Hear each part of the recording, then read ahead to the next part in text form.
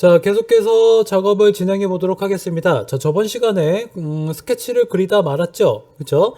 자, 그래서 스케치 막 그리다가 여기까지 그리고 난 다음에 스탑 스케치 눌러서 이렇게 나왔죠? 예, 스탑 스케치 눌렀더니 그 스탑 스케치 누르기 전에 저장을 했음에도 불구하고 또 변화가 있다고 이렇게 나타났죠? 그쵸? 자, 그럼 일단 뭐 찝찝하니까 저장을 한번 더 해줘 볼게요. 자, 세이브 클릭하시고 난 다음에 이 오케이 눌러서 저장을 해주실게요. 자, 그럼 여기에 자 별표 표시가 사라졌죠. 자, 그러면 어떻게 한번 해보시냐면 한번 따라와 보세요. 자, 여기에 있는 X자 표시 있죠. 자, 얘를 클릭해서 작업된 내용을 다 지우세요. 자, 어차피 저장했으니까요. 자, 그러면 다시 작업했던 내용을 불러오면 되겠죠. 자, 제가 이걸 하는 이유는 뭐냐면, 자, 여러분들께서 막 영상을 따라 하시다가, 물론 가장 이상적인 케이스는 처음부터 끝까지 한 방에 쭉 보시는 게 좋겠지만, 그건 불가능할 거예요. 그쵸? 시간도 시간이고, 뭐, 사람의 뭐 생리 현상도 있고요. 뭐 이런저런 상황이 있으니까요. 자, 그래서 중간에 이렇게 어쩔 수 없이 영상이 하나의 챕터나 아니면 스케치가 다 끝나지 않았는데, 그 중간에 저장하고 그 프로그램을 꺼야 되는 그런 상황이 있을 때 어떻게 대처를 해야 되는가에 대해서 잠깐 설명을 드리려고 해요. 아셨죠? 자, 그러면 먼저 저장해 놓은 파일을 불러와야겠죠? 자, 여기에 쇼 데이터 패널 있죠? 자, 얘를 클릭하시고요. 자, 우리가 불러와야 된 파일은 뭐죠? 자, 여기 캣탱크라고 하는 저장된 얘 있죠? 자, 얘를 더블 클릭을 해줄게요. 자, 그러면 이렇게 로딩이 되죠? 자, 불러온 저장했던 파일을 불러오게 되면 자, 이제 더 이상 데이터 패널은 보일 필요가 없죠? 자, 여기 클릭하셔서 닫아 주시고요. 자, 시점은 아까 프론트였죠? 이렇게 달라 하는데 일견 보기에는 똑같아요. 아까 저장했던 상황과 똑같은 것 같은데 달라진 게 있어요. 가장 중요한 거 뭐가 달라졌죠? 그렇죠. 액티베이트가 되어 있는 컴포넌트가 바뀌었어요.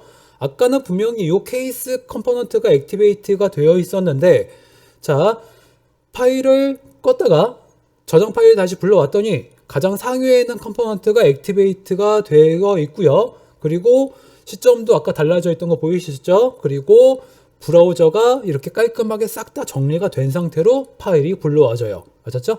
그래서 되게 중요한 점이 이거예요. 말씀드리고자 했던 요점은 뭐냐면 영상을 쭉 따라 하시다가 패치 못한 사정으로 인해서 프로그램을 껐다가 다시 켜야 되는 경우 그때 저장 파일을 물론 저장하시고 난 다음에 당연히 꺼야겠죠.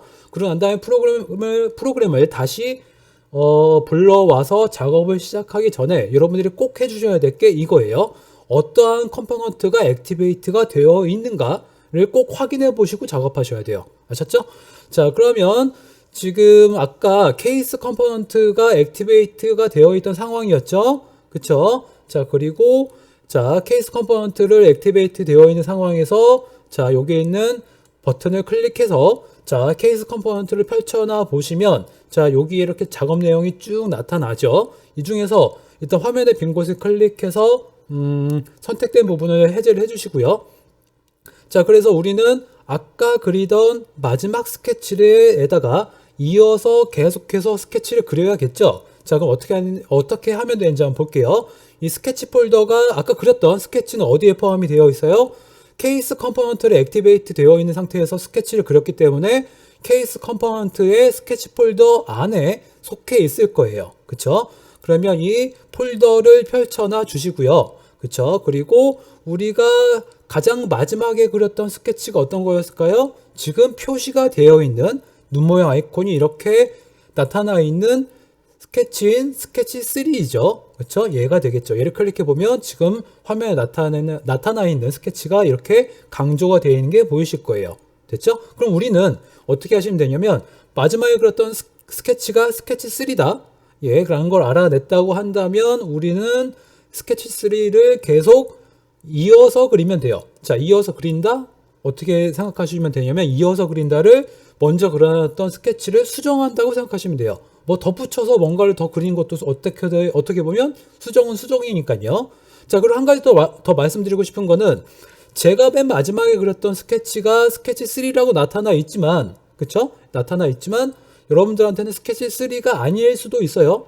자, 제가 말씀드렸죠. 여기 스케치 2, 스케치 1, 스케치 3부터 나타나는 거는 그냥 생성해낸 스케치의 순서에 따라서 1, 2, 3이 그냥 새겨지는 거예요. 아셨죠? 자, 그래서 보실 때, 나는, 지금 영상에 나타나는 스케치가 스케치 3인데, 난 스케치 3라고 아니라 스케치 4인데, 예, 걱정하지 마세요. 어차피 이름은 똑같지 않고요. 이름은 중요치 않고, 중요한 건 어떤 거냐면, 해당되는 스케치, 그쵸? 먼저 그려놨던 스케치가 맨 마지막에 그렸던, 수정해야 되는 스케치가 요거다. 그죠? 예, 그거를 알아내는 게 또 중요해요. 아셨죠? 자, 그럼 어떻게 되는지 한번 볼게요. 일단 화면의 빈 곳을 클릭해서 선택을 완료를 해주시고요. 선택을 해제를 해주시고요. 자, 스케치 3가 우리가 이어서 그려야 될 스케치죠. 자, 수정해야 되는 스케치예요. 그럼 마우스 컷을 여기 가져가시고 난 다음에 마우스 오른쪽 버튼을 클릭해 볼게요. 자, 그러면 여기에 나타나죠. 에디트 스케치. 스케치를 수정하는 거죠. 우린 여기다 뭔가를 더해서 그려야 돼요. 자, 무엇인가를 더하거나 빼는 것도 수정이죠. 그러니까 이 에디트 스케치를 클릭해 주시면 돼요. 그러면 작업 상황이 어떻게 되냐면 아까는 스케치 3 가장 마지막에 그렸던 스케치를 그리던 상황 안으로 이렇게 들어오게 됩니다. 자, 아셨죠? 자, 그러면 이제 이 상황에서 자, 브라우저 혹시 모르니까 저처럼 똑같이 정리를 해 주시고요. 자, 이제 그림을 그려줘 볼게요. 먼저 대략적인 형태를 그려줄 거예요. 자, 그러면 볼게요. 스케치에, 크리에이트에 라인 있죠. 라인을 선택을 해 주시고요. 됐나요? 라인 선택해 주시고 난 다음에, 자, 마우스 커서를 어디에 가져가시면, 지금 그리는 거는 어차피 저희가 치수 구속 조건과 형태 구속 조건들, 여기 거를 다 적용할 거기 때문에, 일단 저와 최대한 비슷하게만 그리시면 돼요. 아셨죠? 잊지 마세요. 저 똑같은데 그리려고 이 칸수 하나, 둘 개, 세 개 막 세우고 그러지 마세요. 예, 최대한 비슷하게만 그려 놓으시면 어차피 구속 조건에 의해서 똑같은 형상을 가지시게 될 겁니다. 아셨죠? 자, 먼저 마우스 커서를 위쪽 있죠? 위쪽 선에 마우스 커서를 가져가시면 X자 표시가 나타나죠. 자, 이 X자 표시의 의미 뭐라고 말씀드렸죠? 선의 중간과 점이 만난다는 얘기예요. 지금 클릭하려고 하는 거는 선의 시작점이죠. 그렇죠? 그래서 시작점과 먼저 그려놨던 선의 중간 부분이 만난다라고 하는 거예요. 아셨죠? 자, 여기에 마우스 커서를 가져가면 X자 표시가 나타나죠. 자, 이 상태에서 그냥 클릭을 할게요. 쭉 내려서요. 자, 말씀드릴 때 어차피 구속 조건 저희가 적용할 거예요. 근데 이 상태에서 무심코 막 그리다 보면 이 상태에서 클릭하게 되면 구속 조건이 지금 구속 조건 마크가 선의 중간에 나타나 있는 게 보이시죠? 그렇죠? 이 상태로 클릭하게 되면 내가 무슨 구속 조건 때문에 걸렸지라고 처음 접하시는 분들은 되게 헷갈려요. 그래서 일단 어느 정도 익숙해지시기 전까지는 선을 그릴 때 구속 조건 마크가 나타나지 않게, 그렇죠? 아무것도 나타나지 않게, 이렇게 아무것도 나타나지 않았죠? 이 상태요. 그렇죠? 자, 이 상태쯤에서 클릭해서 자, 그리시는 게 좋습니다. 아셨죠? 왜냐면 그 구속 조건이라고 하는 녀석을 여러분들이 직접 통제를 하시는 게 좀 더 되게 중요해요. 아셨죠? 지금은요. 자, 이 정도로 그리고 난 다음에 자, 이제 마우스 오른쪽 버튼 클릭하고 OK를 눌러서 선 그리기를 완료를 해주고요. 자, 이 선을 위쪽으로 살짝 선의 점을 이상하게 됐네요. 자, 이렇게 들어가다가 이상해지면 자, 여기 언두 버튼 눌러서 원래대로 돌아가고요.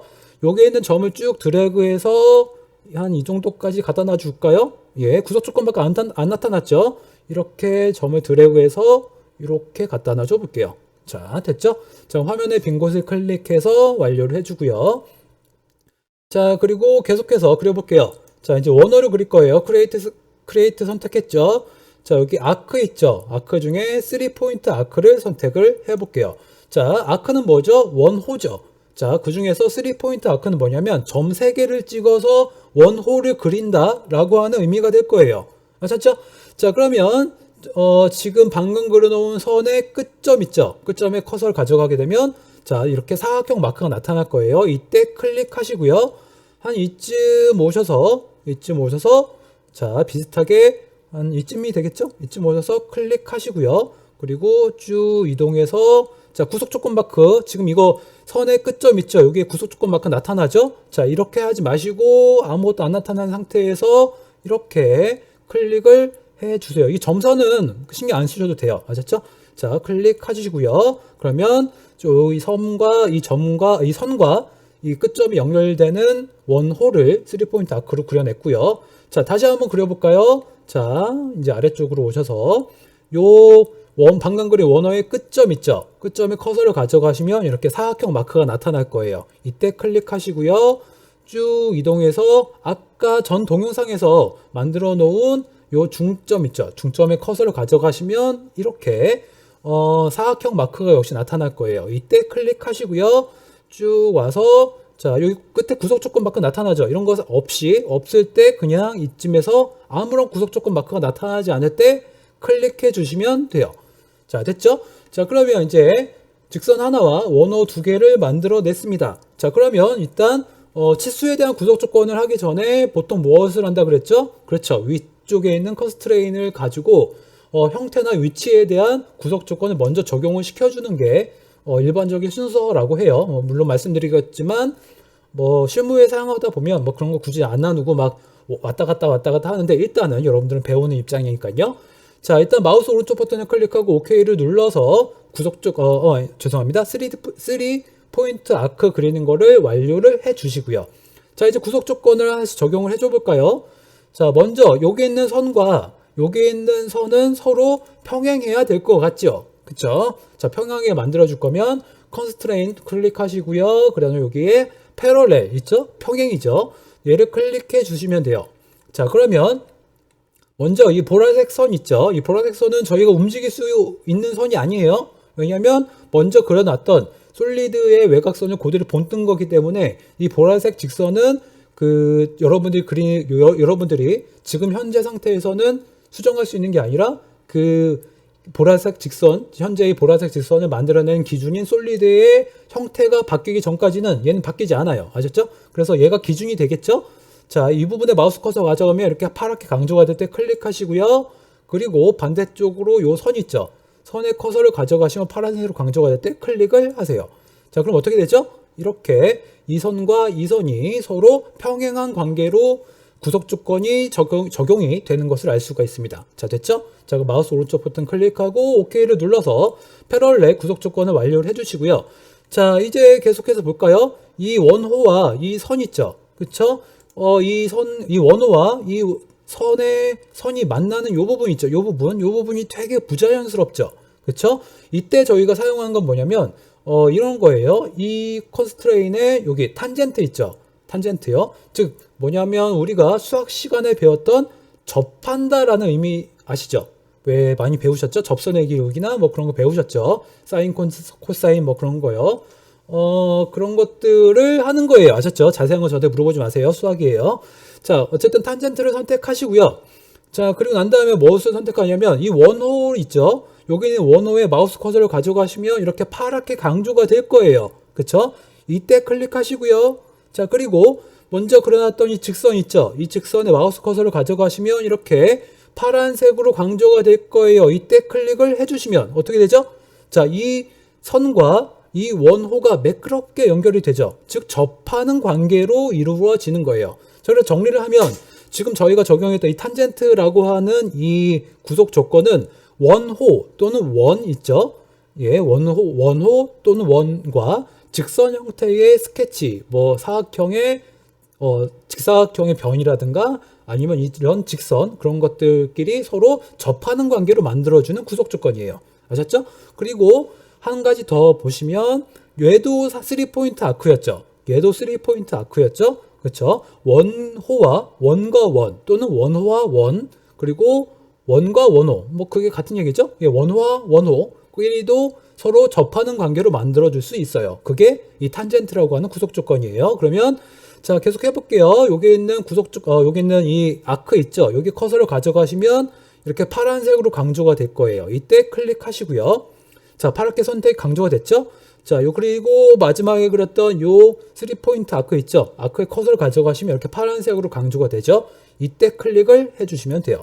자, 그러면 방금 선택했던 이 원호와 요 원호가 서로 매끄럽게 연결이 되죠? 자, 그래서 우리는 알 수가 있죠? 탄젠트를 사용하게 되면 선이나 혹은 원의 형태를 가진 어떠한 특정한 스케치들끼리 탄젠트를 적용하게 되면 서로 이렇게 접하는 관계로 매끄럽게 연결할 수 있구나 라는 것을 알 수가 있습니다. 자, 됐나요?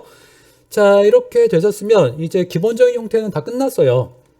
자, 그러면 이쯤에서 궁금하실 텐데, 그러면 자, 일단 마우스 오른쪽 버튼 클릭하고 OK를 눌러서 탄젠트 구속 조건을 완료를 해줄게요. 자, 그럼 이쯤에서 궁금하실 거예요. 얘는 왜 만들었는데? 자, 책에 나와요. 예, 얘는 어떻게 할 거냐면 여기에 치수 구속 조건, 여기에 치수 구속 조건, 여기에 있는 치수 구속 조건을 줘서 여기에 필요한 스케치한테는 두 가지의 큰 정보가 필요하다고 말씀드렸죠. 즉 위치와 크기, 그쵸? 지금 그래서 형태에 대한 위치에 대한 구속 조건은 적용을 해줬고요. 그리고 이제 한 가지가 빠졌죠. 치수에 대한 구속 조건도 적용을 해줘서 이 스케치들이 이제 내가 필요한 정보는 다 알았어 라고 한다면 검정색으로 바뀌겠죠. 그 검정색으로 바뀌게 되면 이 반쪽짜리의 스케치를 이 라인 있죠. 이 라인을 기준으로 해서 미러로 반대쪽으로 넘기게 될 거예요. 맞았죠? 자, 그 과정들은 그러니까 여기에 있는 치수 구속 조건을 적용하는 방법과 그리고 이 치수 구속 조건을 통해서 완벽한 그 모든 정보를 받아들인 그 검정색 스케치들을 이 기준선을 통해서 어떻게 미러로 넘겨지는지, 그래서 반대로 가게 되면 면이 만들어지겠죠. 그 과정까지 다 책에 나와 있습니다. 그 책은 어디에 있냐면 챕터 3의 7번 항목을 참고하시면 될 것 같습니다. 아셨죠? 챕터 3의 7번 항목을 참고하시면 될 것 같으니까 자, 여기서부터 책을 참고하셔서 스케치를 마무리해 주시면 될 것 같습니다.